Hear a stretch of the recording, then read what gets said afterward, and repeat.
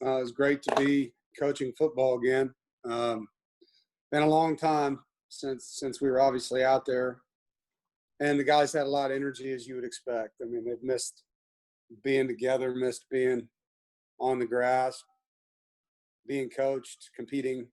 It's just a helmet-only day, and so, there's not a lot to talk about with you about individual performances and things like that. If you give me a week, it'll be a lot more detailed for you. But so many guys back from injury, so it was fun just to see like C.J. Riley catching the ball again, and Tyon Palmer and Tayshawn Smith and Tyrone Riley. It's great to have them back out on the grass with us. It's fun to watch the coaches get out there with their players. We've all missed what we do for a living, and so all that was good. The precautions and wearing the mask on the helmet seemed to be pretty good. It didn't fog up too much. Guys had to wipe them off from time to time, and when their helmets are off, we've got masks up. So a lot of precautions. Feel like the guys have bought into that. We've been very good, and now we'll see kind of as we now have all 123 out on the field with us, and students returning to campus, if we can keep that kind of in the same place. Any questions?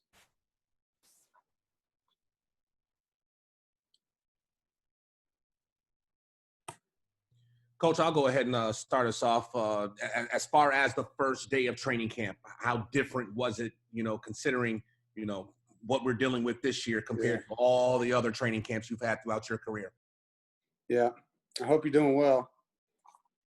Yeah, sorry about that. Thank you for taking out time. I hope you're doing well. Yeah, no. Yeah, I mean, it's a way different camp. We didn't traditionally – we'd have had them here working out for a long time, and we'd know exactly where they're at conditioning wise. And so with us having 6 weeks to prepare them, we're spacing our workout and not doing as much, particularly the first week. We're going to try to get their legs back and get them in football shape. So, we were out there for about an hour and a half. And so it is a different camp from that standpoint. Generally you have about 30 days, 29 days of camp with 25 practices. We have 6 weeks to get really 24, 25 days of work in. And so we're spacing out our work with potentially losing players, to quarantining and all the things that can happen. We want to do everything we can to keep them as injury-free as possible. And so there's a lot of precaution here on our end. But it is more about pulling them back. They're so excited, to be out there. And so you kind of find yourself refereeing that way. But there's been some good recall from the spring. And as far as fall camp goes, this will be the most different fall camp for any coach. I don't care what level of football you coach. There is no comparison, with the precautions that we're doing and everything that we do with these guys. You can't compare it to any camp we've ever had. Okay, Brett Friedlander, you had a question. Reminder, y'all, if y'all put your hand up on the screen, I can go around and we won't all talk on top of each other. Yeah, Dave. Brett, go ahead. Yeah, Dave, you mentioned the 6 weeks to prepare. You don't know when the target date is, though, because you haven't been told when the season's going to start. So how do you pace yourself and how do you prepare leading up to an opening game you really don't know when it's going to be yet? Yeah, it's not ideal. Like I told the team, we're going to have to be very accepting of a lot of unknowns right now. It's just kind of the way that the world is. And we can sit here and complain about a lot of things, but bottom line is we got to play football today, and we're excited that we got to do that. I would love to know who we play, but we don't. There's nothing I can do about it. When they tell me, we'll get our game plan going and start working on that. But right now it's about us and our team values, our team core values, our team chemistry, the install of our offensive and defensive and special team systems, the football IQ that we can teach. That's what it's about right now. Mike Topher, you have anything? Yeah, Coach, thanks for joining us today. What did you make of the first day of maybe some of the conditioning and physicality of your guys? Because I know as far as the spring and obviously the summer, a concern for athletes was not having access to a proper gym or even a proper nutrition. What did you make of them early? Guys were in good shape. The kids that struggled are the newcomers, the ones that signed in February. They have no idea what a college practice looks like. and that's expected, right? And this was their first time in a college practice. But the young men that went through the winter program and the beginning of spring ball, they're in good shape. They look good. I mean, now we didn't go out there in full pads. We didn't practice for 2 hours. It was helmets, and we were out there an hour and a half. So we didn't push them as hard as we will as we move forward. But for today, I thought the returning players looked really good. Corey. Coach, thanks again for joining us. Wanted to ask you kind of opposite of that. I mean, who are some of the guys that have stepped up from a leadership standpoint? Because there's a lot of guys that have to adapt to new roles this upcoming season. But what have you seen from the spring and those short amount of summer workouts and now fall camp that you've seen from a leadership standpoint? Well, I think in each position group you're seeing that,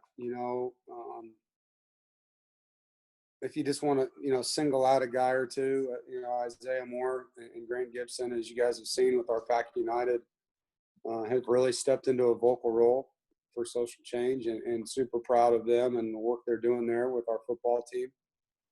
When it comes to the day in, day out of football, in each position group, you see one or two guys that are very vocal. In the running back room, Ricky is very vocal. In the O-line room, Joe Spaltrup is very vocal. In the quarterback room, Devin and Bailey are both very vocal. As you go through it, tight ends, Dylan Ottenreith, wide receivers, Emeka, CJ, Riley, Thayer. There's a lot of leadership, a lot of experience in that room. On the defensive line, Aleem has become very vocal in that group. At linebacker, Peyton is more vocal than he was, but Isaiah is kind of the guy that keeps everything going over there. In the secondary, Tanner is without a doubt the vocal guy in that group. But there's some experience that, having these injured DBs coming back, it's going to be fun to see all that in a competition mode and how it plays out. But, I'm happy with the growth we've had. I think at this time last year, it would have been a really hard question for me to answer. We had to play a lot of guys before they were ready, and I think those experiences have helped them grow as leaders. Andrea Adelson. Hey, Dave, thanks for doing this. You bet. Have you had any players opt out for health reasons? No, we haven't. We actually had the opposite. These guys want in here bad right now. It's like they really want to play. So, I don't know. It just doesn't seem on our football team, at least not yet, to be a topic that anyone's brought up to a coach or a strength coach. So if it happens, we'll deal with it when it does. But at this point, it's the opposite. It's, coach, let's go, And I think they're very, very excited about the opportunity that they have. And we'll see how it continues. Obviously there's a lot of things going on around them nationally that they have to look at. And whatever they decide to do, we'll support them and the guys that want to be a part of this. And, it's an interesting time in our sport, that's for sure. Well, as a follow-up to that, have any players mentioned or talked about what's happening in other parts of the country with the Pac-12 players just being a little bit more vocal about things they'd like to see done to help them out? Not yet. No, yesterday was our first day to have in-person team meetings. Had a billion Zooms with these guys, but I have not had a conversation about it with them. They haven't brought it to my attention. Not that they won't, Andrea, it just hasn't happened yet. Daniel Wilson. Hey, Coach, thanks for meeting with us. So we don't know exactly what order it's come in so far, but you know who you're playing this year, and it looks like you're an honorary member of the Coastal Division this year. Just want to get your thoughts on the schedule of teams that you got. Obviously, you missed out on hitting ACC powerhouse Boston College, and also, Clemson, Louisville, Notre Dame. Yeah. I'm not going to talk bad about any school. Right. Boston College kicked our ass last year. So, I'm the last coach that you should call and hear them talk smack about playing anybody. For us, we got to handle our business. We got a lot to prove here as coaches and as players. I am excited to play teams that we haven't played in a long time. There's a number of players on our roster that have not played almost every team we're playing this year from the Coastal Division besides UNC and Georgia Tech, so we've got a lot of guys that are from Virginia that are excited about the opportunity to play 2 Virginia schools from the league. But, again, I think as human beings, if we sit around and complain about the things that aren't in our control, we're going to have a miserable day. I'm not trying to do that right now, man. I got enough going on. So I'm focused on the 10 teams and trying to get our 11th game scheduled. And once I know the order, that'll help us kind of start our planning and travel and all those things that go with it. Aaron Beard, what you got? Hey, Dave, good to see you again. I'm curious, how do you manage the idea of talking to your guys about the big picture? Like normally at the beginning of the season, you might say, these are the goals we have. We think we can be this kind of team and so forth. Does that change at all now, considering you're just trying to get through each week with safety protocols and all these things that are between now and before you ever play a game that are different this year? I think everything's changed when it comes to how far out you can look at things and think it might happen or might not happen, right?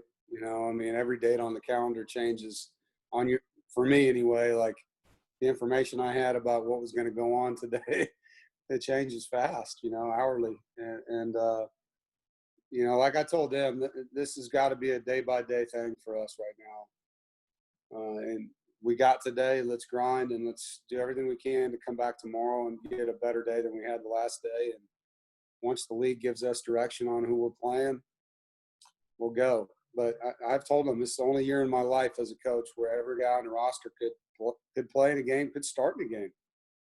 You don't know, when you're going to have that contact tracing thing wipe out a position and all of a sudden your 5th guy is your 1st guy. So, every guy in the room had big eyes when I said that, and it's real. They have to prepare themselves that way. So keeping these young men healthy and engaged and understanding of the reality is part of what we talk about. And just to follow up with that, do you have much of a handle on what you think this team is capable of? Last year was a lot of youth, like you said, that kind of caught you at a bad time. Do you have a handle, or is it just too many variables to really know? I really like this team. I don't know how many games we're going to win. We got to earn every one of those. But I do like their hunger. I do like their growth. I like their dissatisfaction with what occurred before and the things that we did over the offseason to be better for that. I think losing provides you an opportunity for growth, and I feel like our guys took advantage of that opportunity. Now we've got a lot of work to do to figure out who our best 11 are, because we played all these young guys last year because all the older injured players were gone, and now they're all back together. And so there's a lot of competition and practice that needs to take place before I can tell you how good we're going to be. But I do like the growth that we've had and the direction that we're headed. Thanks, Dave. You bet. Chris Lee. Hi, Coach. Thank you for your time today. Chris Lee from WRL. I wanted to ask you about what is your message to your team as far as like what you want them to do or what want them to not do when they're not in the facility, when they're not in practice? What have you told them about either wearing masks or staying away or staying on campus or staying at their apartments, that type of thing, so that they're not as exposed as they, possibly could be to COVID? I think the biggest thing is just protect the mission. These guys have talked for months and months and months about wanting to get back out there and play and earn their right to be in a certain position as a football team, to not be disappointed with their season, to be excited about the results of their season. And so the biggest thing is just protect it. Wear a mask when you're in public, wash your hands, use Purell and the different things that are out there from a hand sanitizer standpoint. Don't go to parties where there's people that haven't been tested. You just have to be super smart. We've talked about social sacrifice quite a bit with our football team. And if you really want to have a season, you're just going to have to give up some things that you normally may not have to give up. But this year more than ever, if you want to have a season and not cross-contaminate and get guys into a contact tracing situation, and now your selfish decisions have cost 10 guys, 14 days of their season, we've talked a lot about that, and it's still going to come down to their choices. And as we all know, some of this is out of our control too. You know, I mean, you can go to your mailbox and all of a sudden you get germs off of it. You had no idea, right? And so some of this is going to be challenging, but going to a party, getting in a swimming pool with 100 people, like things like that, yeah. I mean, common sense needs to be common right now, for sure. Thank you, Coach. You're welcome. Jonas Pope, what you got? Hey, Coach, how are you? Good, Jonas. I know you said you guys just had the helmets on today, so you didn't do a whole lot. But since Devin came in and he was named the #1 guy in the spring, did you see a different approach from him, maybe more confidence, maybe a little bit more pep in his step now that he knows that he's the guy heading into the season? Yeah, I think so. You know, I think, and that started this off-season program. He definitely is more confident. He knows his teammates believe in him. He knows his coaches believe in him. He's not walking around like I got to prove myself no matter what every day. If I throw one bad pass, I'm out. Like, he's very comfortable. But he drives hard now. I mean, he's as hard on himself as anybody is. So we have to be careful that way with him. All the experience he had and all the reps he had, and the same thing goes for Bailey. I mean, he went through a similar experience. I think they've both grown a lot to this point, and now it's about getting out there on the grass and getting them in as many game situations that we can. How are they going to, like today was red zone, day one. We put them in a red zone to see how they'd respond. And we'll do it again tomorrow. And then third down comes in, and then 2-minute comes in, and just trying to get those thinking moments as a quarterback. How are you going to manage the team in this situation and see where they've grown in that area as well? By the way, congrats on your decision. Thank you. You guys see, he did like the recruiting thing where he pulled the hat out, but you had what, media guides or something? That was big time. I'm not making fun of you. I'm serious. That was big time. Appreciate it, Coach. Yeah. All right, we're going to wrap it up because the players are coming on. But Josh Graham, you had something real quick? Yeah, along the lines of – thank you for doing this, by the way. Along the lines of precautions and also the conditioning aspect of things, many of the same symptoms for COVID are the same symptoms you see for heat wave and heat exhaustion as well. So what kind of things are you telling your medical staff, or the medical staff's telling you to keep an eye on to ensure you have the right precautions? Yeah, I mean, and I don't mean this in a way where I'm not respecting COVID, because there's so many precautions here for that. But I'm more concerned about heat illness and season-ending injuries than I am about a virus that in most cases in our age group of guys is 3 to 5 days, you know. And so there's been a ton of conversation. We always talk about the guys on our team that are sickle cell positive, because they're the ones that you most are concerned about when it comes to the heat. We got a break in the weather today with the rain yesterday, so it wasn't too hot, but there were still some guys that need to hydrate better. And so we're constantly talking about hydration with the team. We're constantly monitoring by weighing them in, weighing them out before and after practice. We know what type of sweaters they are. Are they a guy that sweats a lot of water, a lot of salt, a lot of electrolytes, and replenishing that? And so there's a lot of things that go on here. And then at practice, you know, making sure that we have guys in the shade at the halftime break, and that we're taking enough breaks to water guys down. And with COVID now, you can't use a water bottle that doesn't have your name on it. So, because you don't want to use someone else's bottle. So there's a lot of things happening here to protect the COVID part of it, and the heat illness part of it, and the hydration part of it for soft tissue injuries that happen when you're dehydrated. So I feel like I'm overeducated right now on the sports med side of things, because there's been so many conversations on it. All right, Brett Friedlander. Yeah, I noticed that Terrell Dawkins is wearing number 0. I was wondering, did he get assigned that, or did he ask for it? He asked for it. You know, we had about, 8 to 10 guys in the winter ask for number changes, and I told them I'd wait until the end of the summer to see how their summer conditioning was, how their academics were, and you know, just how they're progressing. And that was what he wanted. He did a great job in the classroom. He's gained weight. He's in a really good place mentally. So he earned the right to wear number 0 for the first time, you know, so we'll see how that goes. How about number 1? You usually give that to a special player, and I didn't see the number 1 on the roster. You just waiting on that one, or do you know number 1? We're going to wait and get into camp and let guys kind of prove themselves a little bit. And obviously we didn't have a spring, which normally I'd see how guys come out of the spring. And I want to see, you know, you have a feeling on who those guys are, but you want to see them play the game too. It's not just about your leadership in the weight room or how you're doing things in the classroom. It's everything that you're doing. And right now we haven't played enough football for me to be able to anoint somebody there. Thanks, Dave. Appreciate it. You bet. All right, guys, I see Isaiah Moore is on here. So, Coach, I appreciate it. Adios. Good luck, Zay. Thanks, Coach. Appreciate it, Coach. You're already back. You're already back home, huh? Yeah, I got to take these. Questions for Isaiah. Let's do it the same way.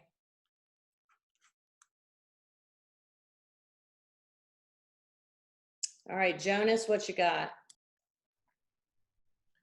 Isaiah, I know this offseason things have been a lot different, but how good was it just to get back on the field today with your teammates and do something kind of normal and start practice again? It definitely felt great. You know, we all have been itching to play, man, since we got shut down in the spring. You know, we've been together these last couple of weeks, but of course in pods with our COVID restrictions and everything. So I saw it being out there on the field together today. It's a great feeling. I think it was long waiting, and we're all excited about it. See, Grant Gibson's on here too. So if y'all raise your hand, and then you can ask either one of them.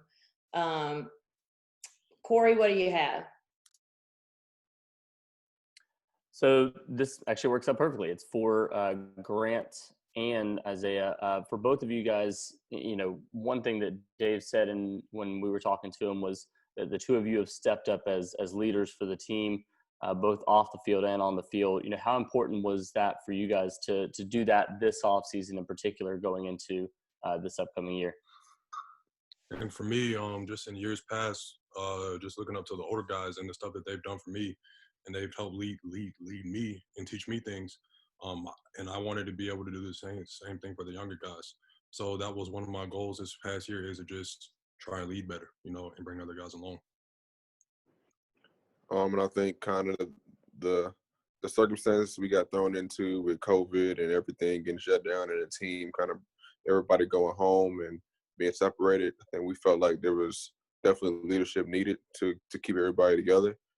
And you know, it's something that we've talked about over and over again with our coaches, especially Coach Thunder, a lot. And he's always told us that we have the capability to lead, and we felt like this is an opportunity for us to step in and do that.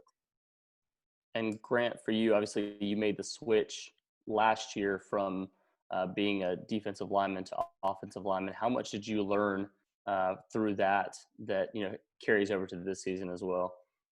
Last year was huge for me. Just the things that I learned on the field, just being out there and being able to play, you know, like I learned a lot, and I can definitely tell that, you know, I'm much more able to handle things this year, just with all the things that's been thrown at me. But it's been good though. I've enjoyed this past year, and just trying to get prepped for everything. It's been good, and I think that we'll have a great year as a team. Jonas, what you have for these guys? Yeah, Coach Doeren just kind of touched on it. Wait, am I muted? Can you hear me? Yeah, you good. Okay. Coach Doeren was talking about being responsible socially, like once you guys leave the football facilities and, you know, being around other students and just sacrificing not going to parties and sacrificing not being around people who could like spread the COVID. Have you guys talked a lot about that amongst each other and with your teammates about, you know, you want to play the season, so you got to make these sacrifices to make sure everybody stays safe and prepared the right way? Yeah, it's definitely something that, like pretty much the word of the season is really sacrifice. You know, it's going to be, you know, students coming back. Everybody's not going to take the same precautions that we are as far as everything that we have to do to be able to play the season. So it's definitely something we talked about, and we're going to continue to talk about once everybody gets back on campus. And it's just something that's really we're going to have to uphold and hold each other accountable for, you know, as we move throughout the season. And I think that we all understand that if we want to play this year, then there's certain things that we can't do. I mean, like we can't go out and things like that because everybody on our team wants to play. And we're willing to give up some things to be able to do that. So if we can't go out, then that's fine with us. We just we want to get the chance to play. Ed Harden, do you have a question? Your hand's going up and down and up and down. I was waving to you, Annabelle. Oh, thank you. To both of you, I guess, with new coordinators on both sides, how different a team are we going to see this year? Is it going to be completely different from last year?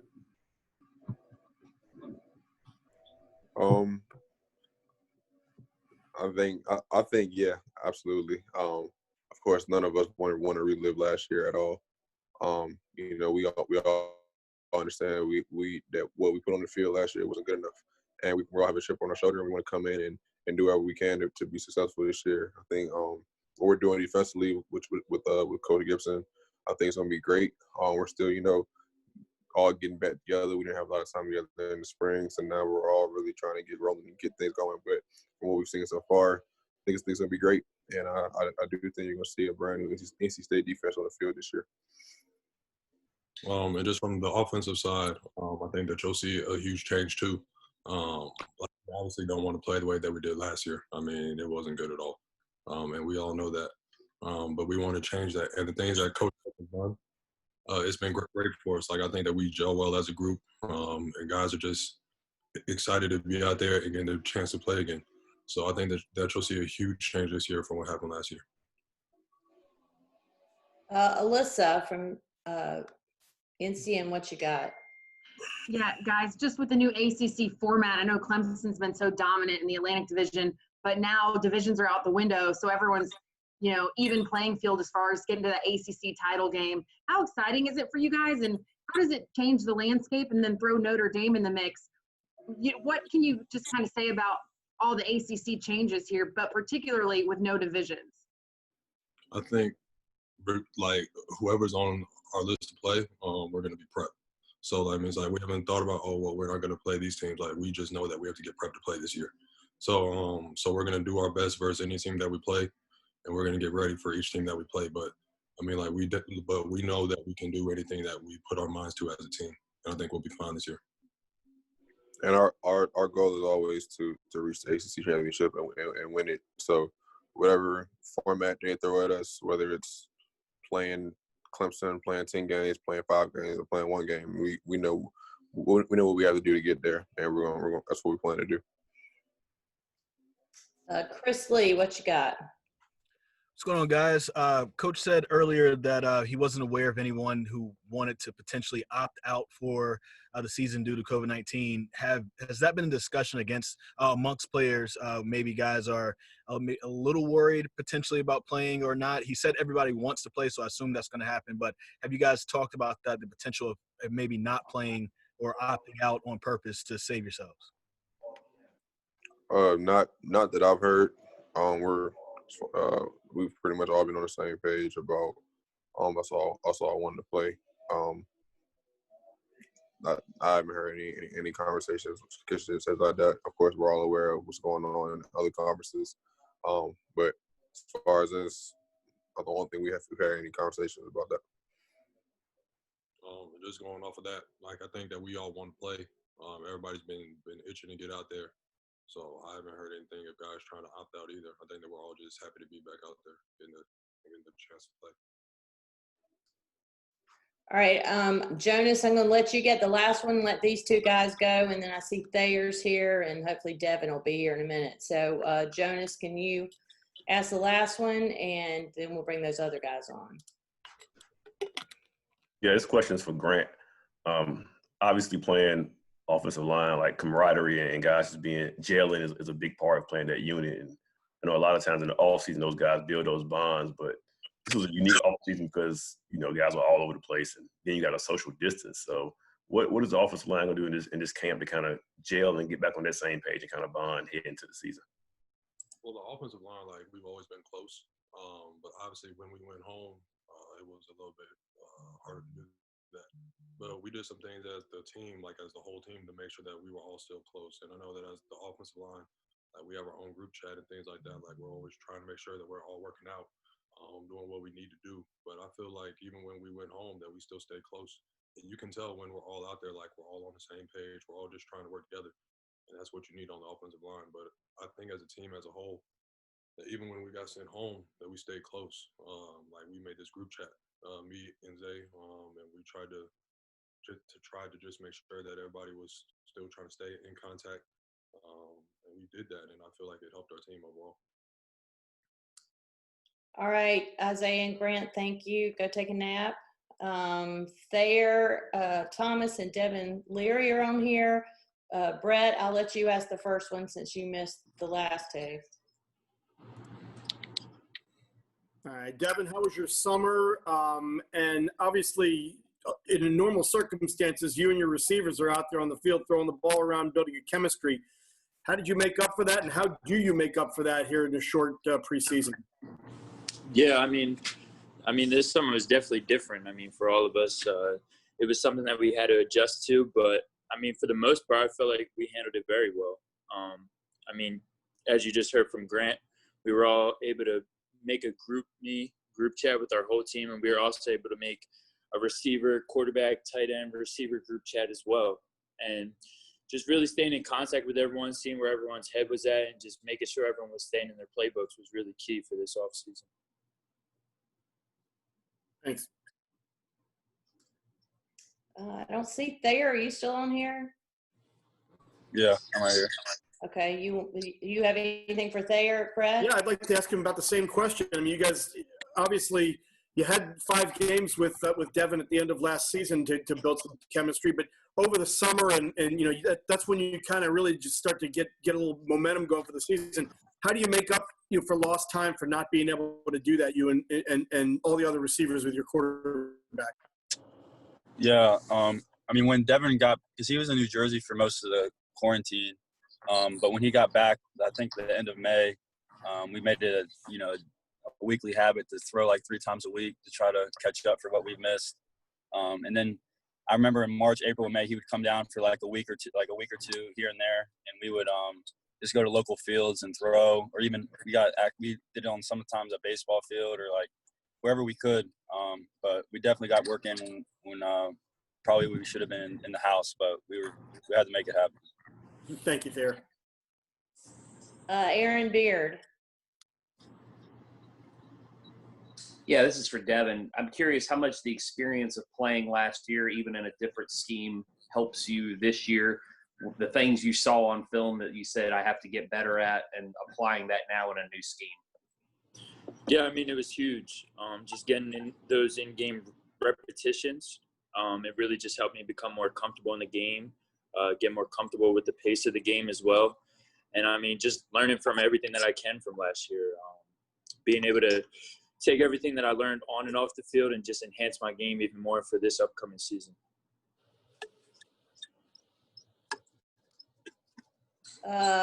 Jonas Pope, what you got? This first question is for Devin, and then I have a follow-up for Thayer. Devin, what did you work on to some of those couple of sessions you had with Malcolm? I talked to him this morning. I know you guys worked out a little bit, but what did you kind of improve on working with him this summer?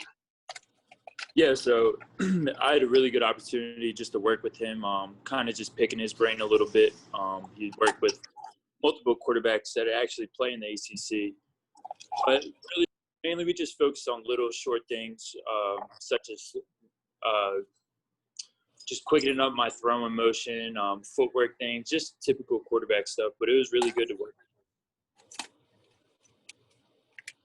And then for Thayer, Devin came in as the number 1 guy, was named the number 1 guy in the spring. Have you seen a difference in him, maybe more confidence, maybe a little bit more leadership quality since he was named the number 1 guy a couple months ago? I mean, I think I saw a difference in Devin since he's played from last year. When it was tough for him at first because, he was a 3 going into last season. And, I just told him to stay positive because, in my opinion, I felt like he could be the guy at any point in the season. So I was trying to stay positive with him. But, ever since he started playing last year, I feel like he sort of made it known that he's the guy now. So we just sort of went with it, and I've definitely seen his confidence go up. Corey Smith.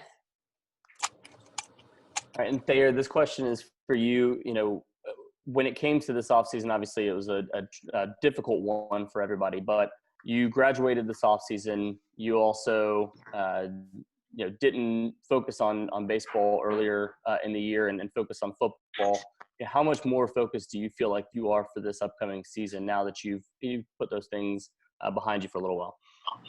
Yeah, I sort of had the most time I've ever had off. Like in high school, I played 3 sports, so like every season was, I was constantly playing games, and so far my college career has sort of been the same case. But when we got sent home, I really just I could have lived down here at NC State, but me and my brother, we went back home and stayed at our house, got home cooked meals, and sort of just like reset everything, and really worked on my speed this off season, and really just I got to work out with Ricky Prohl, some over in Greensboro. He trains a bunch of receivers over there, and then I did a bunch of whenever Devin was in New Jersey, I would throw with my high school quarterback who's now competing for the job at Duke. So I would do some one-on-ones with their DBs, and just it was a good 3 months that we had to ourselves to really focus on ourselves and what we really wanted to get better, and I took advantage of it, in my opinion. And what were some things that you took away from working with Ricky Prohl as well? Yeah, I met Ricky a long time ago, probably like 2008 when he first opened up his facility. It's called Prolific Park.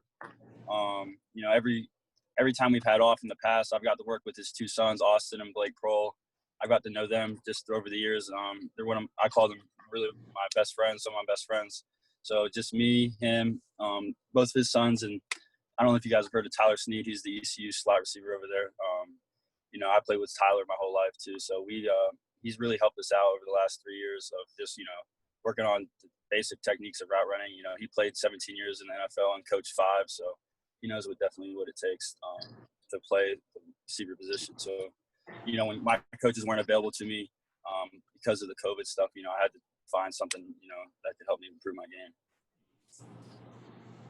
Thanks so much. Yeah. Does anybody else have anything for these two?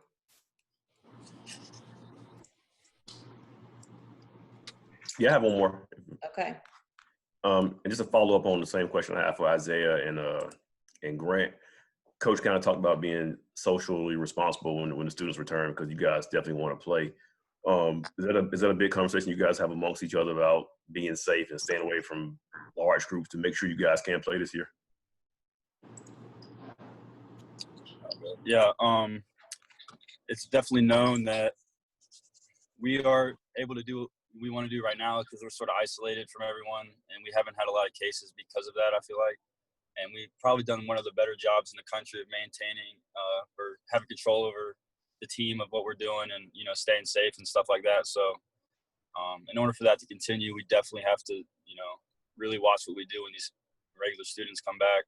And hopefully it doesn't derail us. But, I feel like we have the right leadership and position to guide the players on what to do and what not to do. So if we just continue to do what we've been doing, which is, we haven't had to stop at all like a lot of other schools. So I feel we've done a really good job. Devin, you want to tackle that one too, and then we'll sign off? Yeah, and I just agree with everything that Thayer just said. I mean, really just for us at this point is we're just making safety a priority. Whether we're walking into the Murphy Center or walking around campus, like we just need to know that this pandemic is something that's occurring in the world right now. We just need to do as best as possible just to avoid it.